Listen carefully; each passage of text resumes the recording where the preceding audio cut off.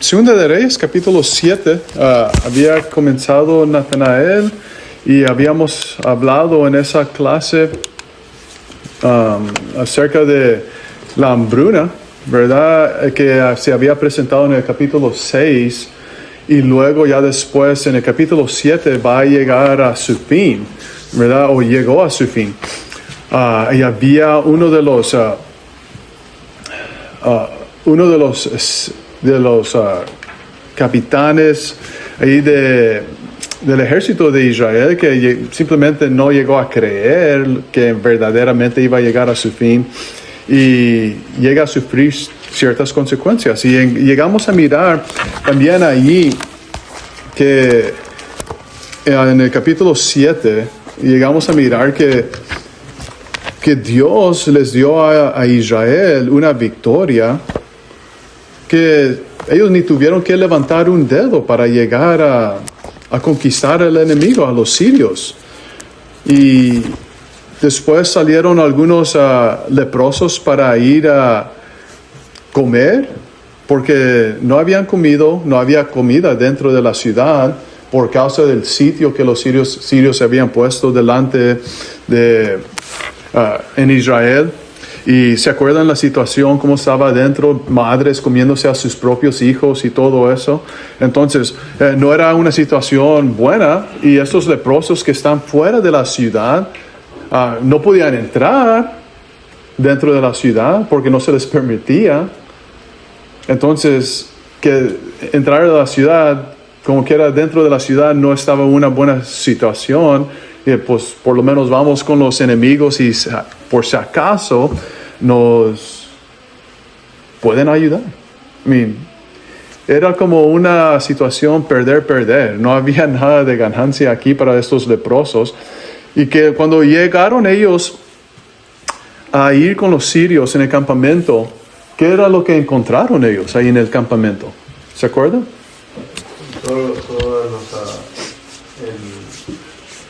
Todas las montañas que tenían ellos, la comida, la ropa, oro, muchas. ¿Y por qué estaba todo ahí? Porque los sirios pensaron que ellos los venían a atacar y se fueron. ¿Verdad? Los sirios pensaron que Israel juntamente con otros ejércitos se unieron para ir a destruirlos, pero en realidad era Dios que estaba atrás de todo eso. Y entonces lo que llegamos a mirar es de que el campamento, los leprosos encuentran el campamento totalmente vacío. Mucha comida, van y comen, e incluso se llevan mucho de ello y luego después lo esconden. Y luego ya después dicen, no, eso no está bien. Tenemos que compartir esas noticias con los demás. Allá están muriéndose de hambre, ¿verdad? Tenemos que compartir esas noticias con los demás. ¿Y qué es lo que hacen? Van y envían esas noticias al rey. Pero el rey les cree inmediatamente, ¿o qué es lo que llega a hacer? Él toma ciertas precauciones. Quizás nos están tratando de engañar los sirios y al salir nosotros vamos a estar expuestos al peligro y nos pueden llegar a matar, ¿verdad? Y ahí es donde llegaron a quedarse en esta última parte, en las consecuencias de la incredulidad, ¿verdad? No sé si alguien más quiere añadir algo acerca de esas primeras tres partes, del verso 1 al 11.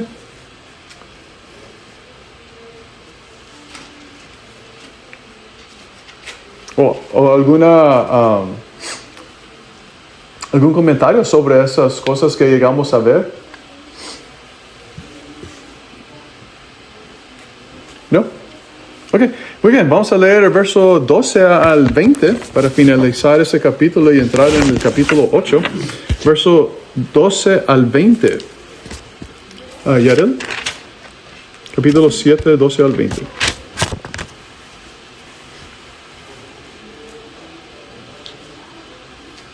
Dice, 12:20. 12 al 20. Dice, y se levantó el rey de noche y dijo a sus siervos, yo os declararé lo que nos han hecho los sirios. Ellos saben que tenemos hambre y han salido de las tiendas y se han escondido en el campo diciendo, cuando hayan salido de la ciudad los tomaremos vivos y entraremos en la ciudad. Entonces respondió uno de sus siervos y dijo, Tomen ahora 5 de los caballos que han quedado en la ciudad, porque los que quedan acá también perecerán, como toda la multitud de Israel que ya ha perecido. Y enviaremos y veamos qué hay. Tomaron pues los caballos de un carro, y envió el rey al campamento de los sirios, diciendo: id y ved. Y ellos fueron y los siguieron hasta el Jordán, y he aquí que todo el camino estaba lleno de vestidos y enseres que los sirios habían arrojado por la premura. Y volvieron los mensajeros y lo hicieron saber al rey. Entonces el pueblo salió y saqueó el campamento de los sirios, y fue vendido un seah de flor de harina por un ciclo, y 2 seahs de cebada por un ciclo, conforme a la palabra de Jehová. Y el rey puso a la puerta a aquel príncipe, sobre cuyo brazo él se apoyaba, y lo atropelló el pueblo a la entrada y murió, conforme a lo que había dicho el varón de Dios cuando el rey descendió a él. Aconteció pues de la manera que el varón de Dios había hablado al rey, diciendo: 2 seahs de cebada por un ciclo, y el seah de flor de harina será vendido por un ciclo mañana a estas horas a la puerta de Samaria. A lo cual aquel príncipe había respondido al varón de Dios, diciendo: si Jehová hiciese ventanas en el cielo, ¿pudiera suceder esto? Y él dijo: he aquí, tú lo verás con tus ojos, mas no comerás de ello. Y le sucedió así, porque el pueblo le atropelló a la entrada y murió. Bien interesante. Creo que me había adelantado cuando estaba explicando eso, pero es bien interesante lo que llega a suceder, ¿verdad? Buenas noticias llegan. Pero como dije, al llegar esas noticias al rey, el rey como que había un poco de duda en él. Ahora, si nosotros estuviéramos en esa situación, bajo las circunstancias que se encontraba el rey, ¿tú llegarías a creer inmediatamente las noticias de esos 4 leprosos, aquellos hombres que están fuera de la sociedad? ¿Llegarías a creer al primer instante, Paul? No. ¿Marco? No. ¿Nathanael? Creo que todos nosotros llegaríamos a batallar en creer esas noticias. ¿Cómo que no hay nadie allí?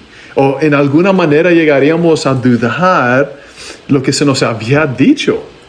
Y él pensaba que simplemente los sirios se habían ido a esconder, en una táctica, a ir a esconder. Y el momento que salían todos para ir a agarrar la comida, sabiendo los sirios que tenían hambre, porque ellos habían sitiado a toda la ciudad, sabían las circunstancias dentro de la ciudad, y el momento que ellos hubieran salido, pues están todos débiles y los conquistamos, le ganamos, y ahí se termina toda la cosa. Entonces, era correcto de parte del rey en esas circunstancias quizás dudar un poco.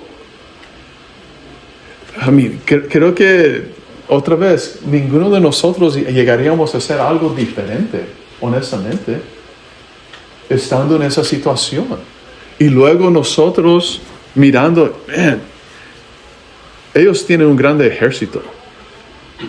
El rey de Siria juntó a todo el ejército. Ya no eran ciertas incursiones de grupos pequeños, militares para atacar y llevarse botín. No, esa era la fuerza total de Siria. Yo pienso que sí tenía razón de pensar en eso. Él había dudado en la profecía de Eliseo, incluso él mismo quería matar a Eliseo. ¿Se acuerdan del capítulo anterior? Quería matar a Eliseo, porque él pensaba que Eliseo era culpable por la situación que estaba pasando en Israel. Ahora, si él tenía esto en mente, de querer matar a Eliseo, de estar dudando en todo esto, si eso no fuera todo también, ni aún consideró que esto era la mano de Dios castigándolos a ellos. Recuerden, ¿quién era Israel? ¿Era el reino del norte o del sur? Jimena.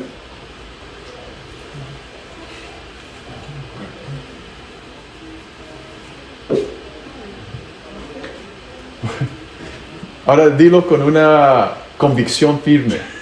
No, norte. Sí, Israel era el reino del norte.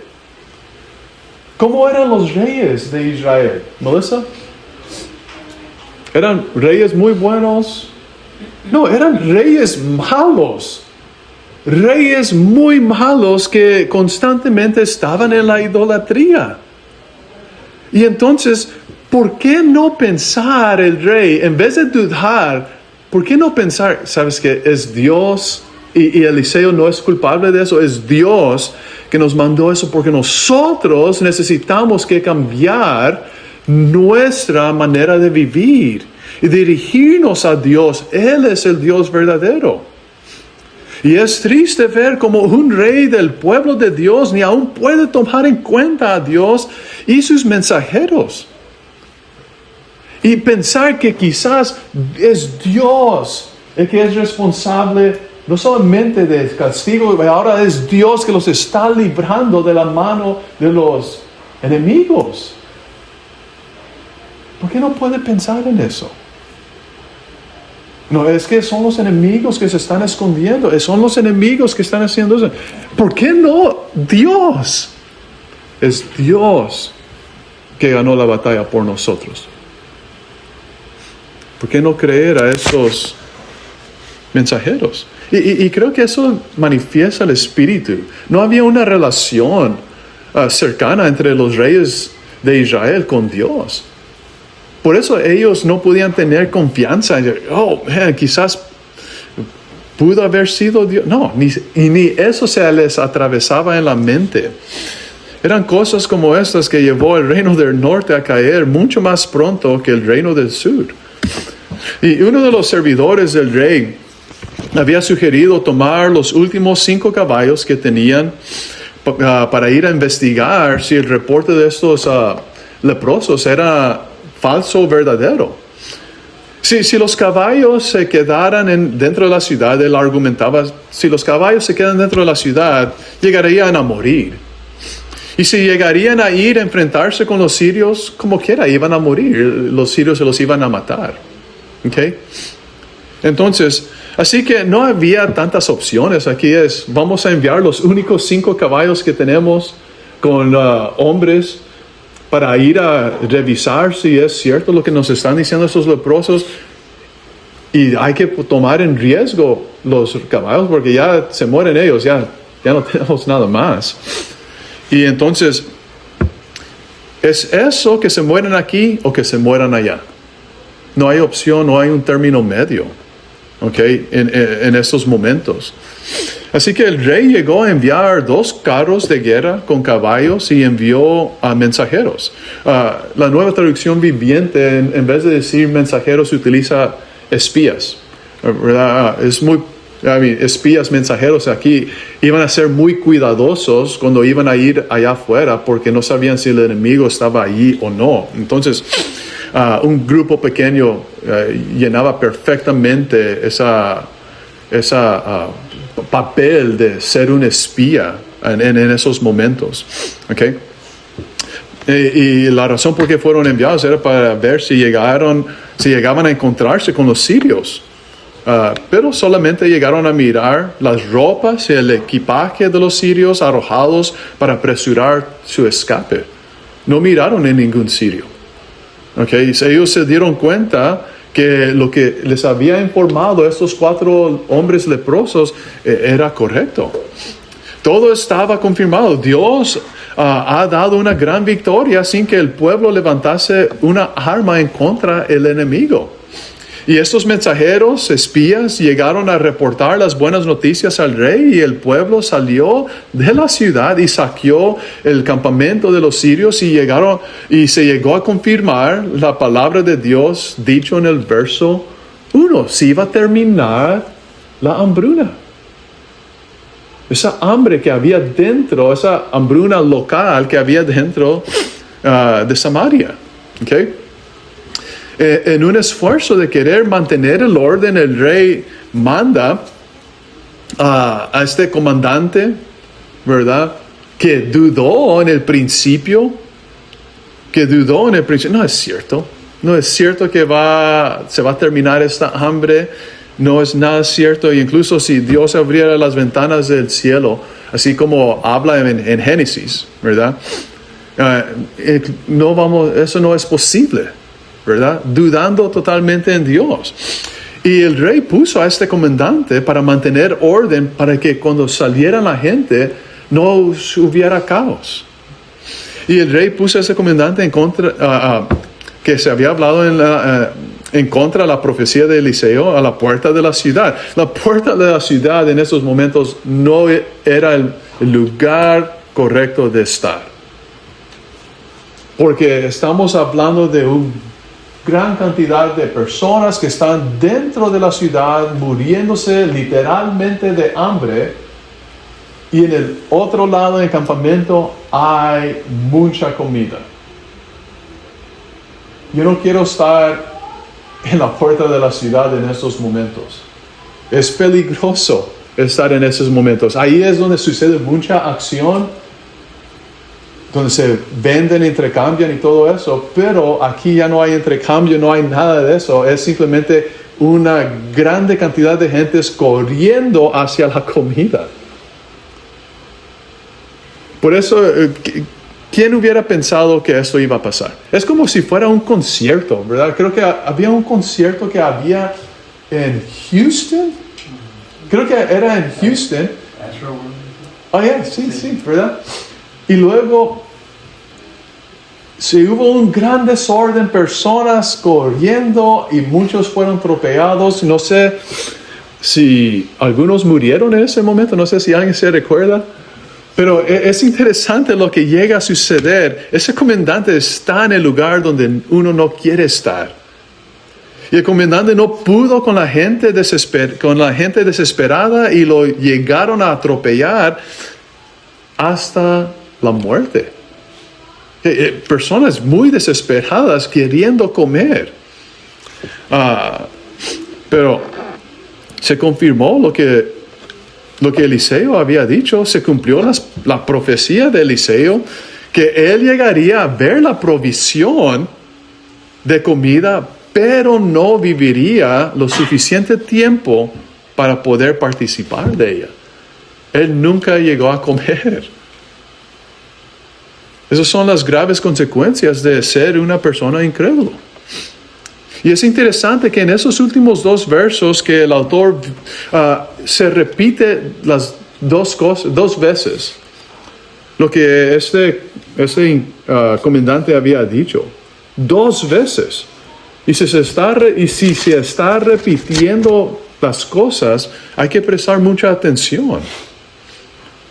Se repite dos veces lo que había dicho en el verso 1 y el 2. ¿Por qué hace esto el autor? ¿Por qué piensan que hizo esto el autor? ¿Qué es lo que él nos quiere enseñar al repetir esto una y otra vez al finalizar este capítulo? ¿Qué era lo que él nos quería enseñar? ¿O qué es lo que Dios nos quiere enseñar a través de este autor?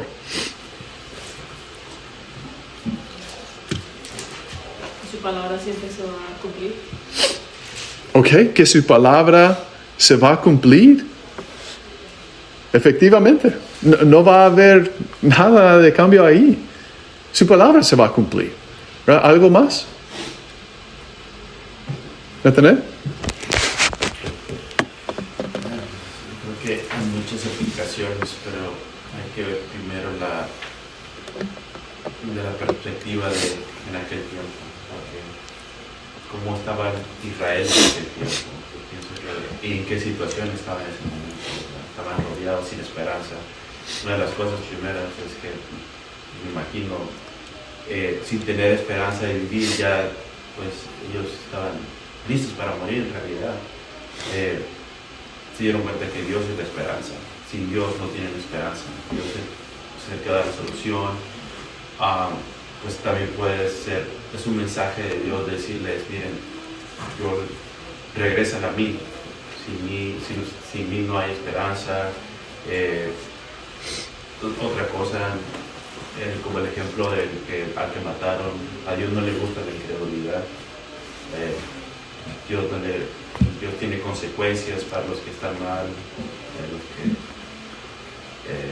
ellos estaban mal, entonces miren, si están mal delante de mí, si tienen incredulidad, eso no va a pasar. Hay muchas aplicaciones en aquel tiempo. Para nosotros es fácil decir, sin Dios no somos nada, pero en aquel tiempo tenía aplicación en el estado que ellos estaban. Y sí, yo creo que la aplicación de ese tiempo viene siendo la aplicación para nosotros en nuestro tiempo, ¿verdad? Porque el enfoque aquí era de cumplimiento de esa palabra, ¿ok? El cumplimiento de toda esa palabra, y viendo que se está tratando con Israel. Israel era un reino de idolatría. Ellos se habían apartado de Dios, ellos se habían apartado de su palabra, y Dios quería darles a entender: ustedes no deben de dudar en mí. No deben de dudar en mí. Como dijo Natanael, vuelvan a mí. Y el punto, creo que aquí se está enfatizando que la palabra de Dios no debe ser dudada. Y lo que Dios ha dicho siempre tendrá su cumplimiento.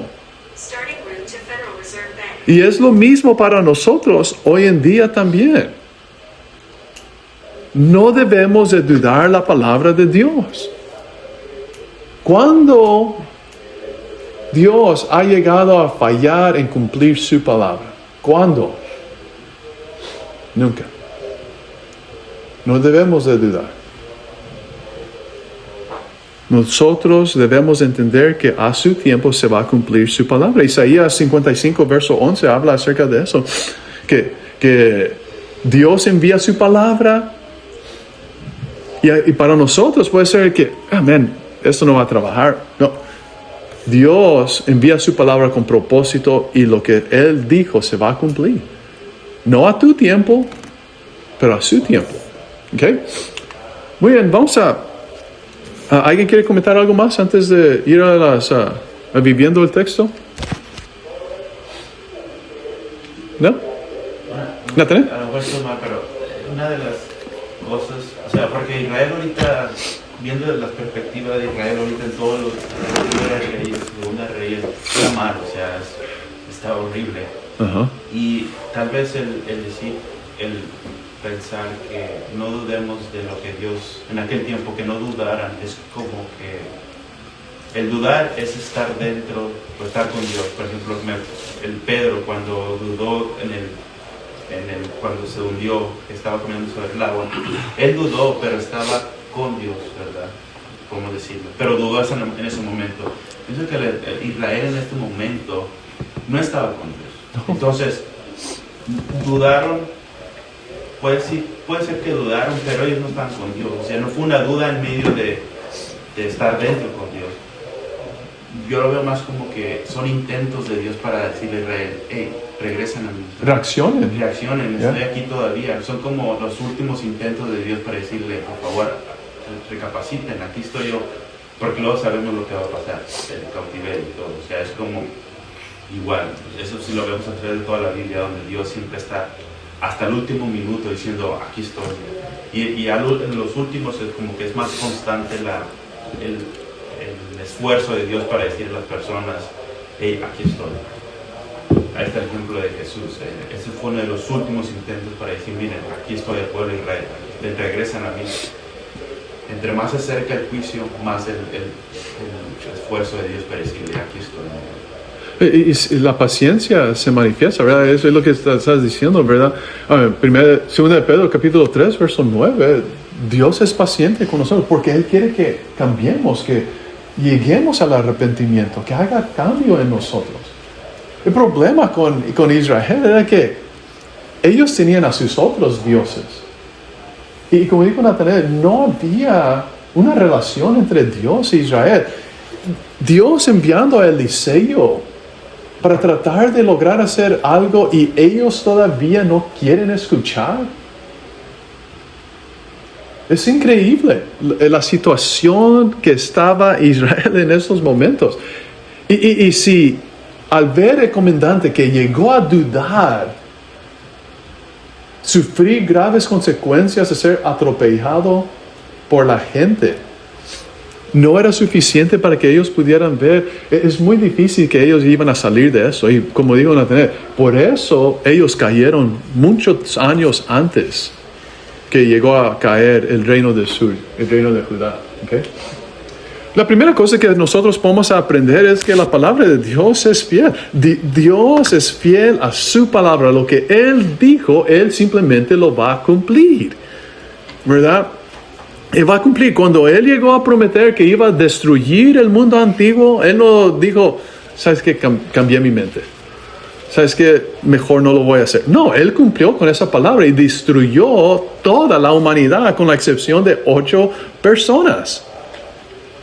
No hay nada que Dios no haya dicho que no se haya cumplido, sea bendición como Abraham o juicio como los hijos de Coré, ¿verdad? Sabiendo eso nos ayuda a entender a nosotros y fortalecer la confianza que debemos de tener nosotros en Dios y en su palabra. Porque Dios va a cumplir. Si yo trabajo en mi relación con Dios, Dios va a ser fiel en darnos, no porque lo merecemos, pero darnos un gran regalo al final, el cielo. Y si Dios dijo que si tú no eres fiel, si no eres obediente, Él también te va a dar un gran castigo. Tenlo por seguro. El juicio final. La palabra de Dios es fiel. Lo que Él ha dicho se va a cumplir, aunque yo quiera o no. Luis. Sí, igual usando el mismo texto ahorita que tú dijiste, según de Pedro 3:9, ¿verdad? La primera parte cuando dice el Señor no retarda su promesa, ¿verdad? Lo que Él ha dicho se va a cumplir. Se va a cumplir. Aunque muchos no quieren creerlo o dudan en cuanto a eso, la palabra se va a cumplir. La segunda cosa que podemos aprender nosotros es que las buenas nuevas tienen que compartirse. Las buenas nuevas tienen que compartirse. Yo me imagino cómo se sintieron los habitantes de Samaria al escuchar que los sirios habían abandonado el campamento y ahora iban a poder comer otra vez más.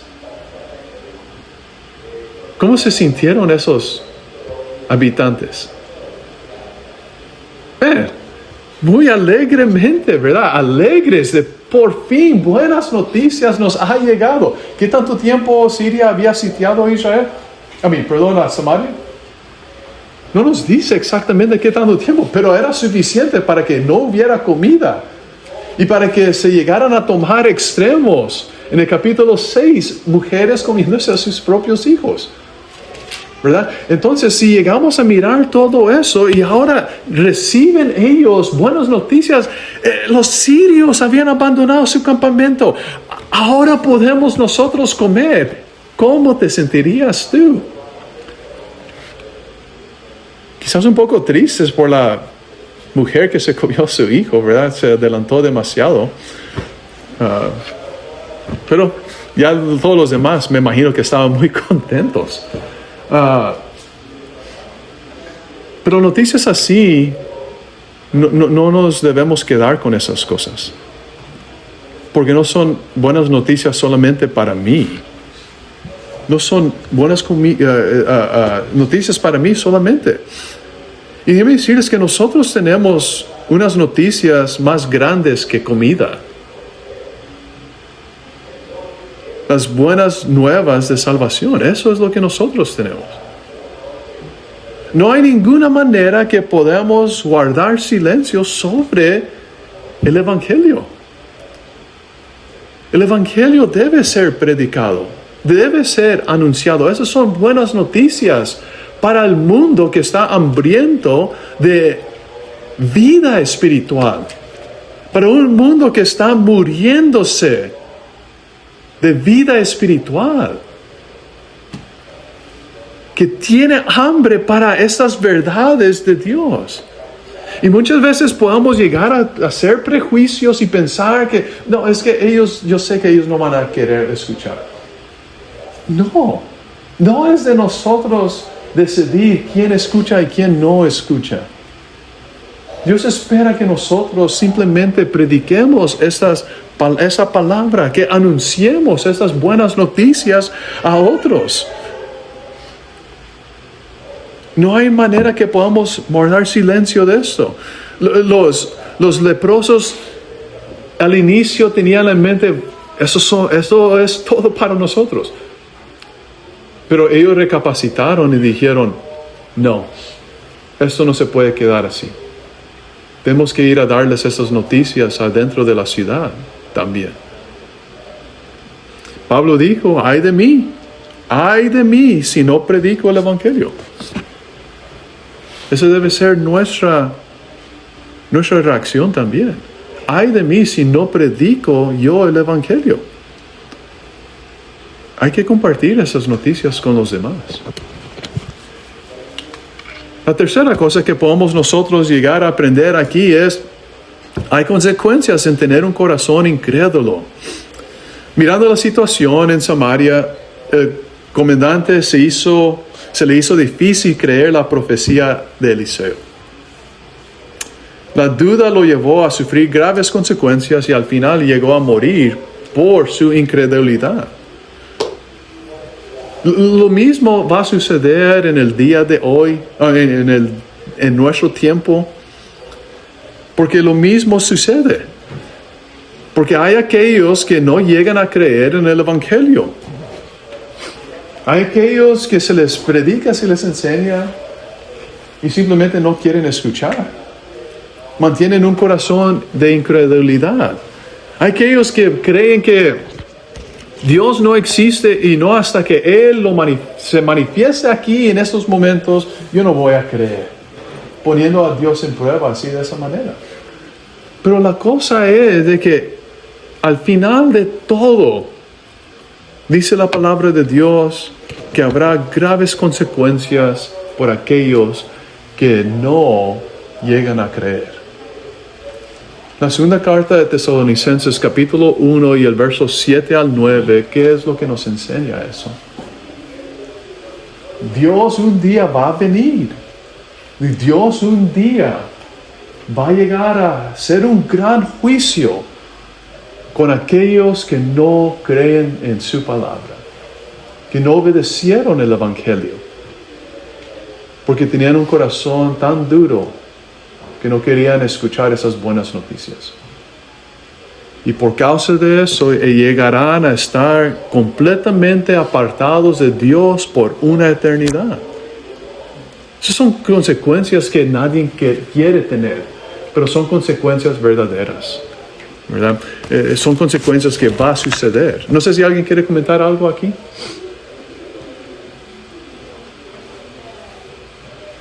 ¿Alguien quiere añadir otra cosa que al viviendo el texto? ¿Marco? No podemos escapar de lo que él ya dice. Puede tener conexión alguna, pero no podemos escapar de lo que él ya dice, si va a ser algo bueno o algo malo. No podemos escapar. Podemos tratar de escondernos, podemos tratar de hacer lo que podamos para evitar esas consecuencias. Pero no, nunca va a ser posible, siempre no va a llegar. Muy bien. ¿Alguien más? Que Luis. también no tomar como decisiones impulsivas como esa madre, ¿verdad? Ahora, no sé de extremo estaba la situación que se tuvieron que comer conmigo, ¿verdad? Pero también lo podemos aplicar de que, ok, sí, podemos llegar a estar pasando un mal momento, pero ¿qué decisión va a ser la correcta, ¿verdad? La prudente, incluso en esos momentos difíciles. Ahora no creo que nosotros, bueno, no sé, lleguemos a ese punto, pero en otras situaciones podemos... yo he dejado de pensar de que no creo que nos puede pasar, porque muchas veces sí nos pasa, ¿verdad? Pero a tomar decisiones así de esa manera, llega a manifestar la falta de Dios en nuestras vidas, porque ahí estaba Eliseo. Y muchos de ellos nada más con simplemente ir a Dios en oración. ¿Por qué no fue la mujer en oración a Dios? ¿Dios se acerca también a las mujeres? Por supuesto que sí. Vamos a ver en el siguiente capítulo, el capítulo 8, cómo Dios vuelve otra vez con la mujer sunamita. ¿Verdad? Aquella mujer que Dios por medio de Eliseo resucitó a su hijo. Entonces la cosa es de que cuando hay ausencia de Dios en nuestras vidas, nuestras decisiones, no en ninguna manera van a ser decisiones buenas. ¿Ok? Y muchas veces las razones por qué estamos en esas circunstancias es porque quizás tenemos que pensar, mi relación con Dios no está tan bien como pensaba. La misma cosa llegó a suceder a Israel en el año 70. ¿Se acuerdan? Cómo llegó a describir Josefo todas las circunstancias que estaban ahí presentes. Cristo, casi 40 años antes de que sucedió el sitio de Jerusalén, ya había dicho que se tenía que hacer. ¿Por qué no escucharon? Muchas veces estamos en la situación donde estamos porque queremos estar ahí. Porque no tomamos buenas decisiones, porque no consideramos a Dios en nuestras vidas. ¿Y a quién podemos culpar? Nosotros mismos. No hay nadie más. ¿Alguien más quiere comentar algo?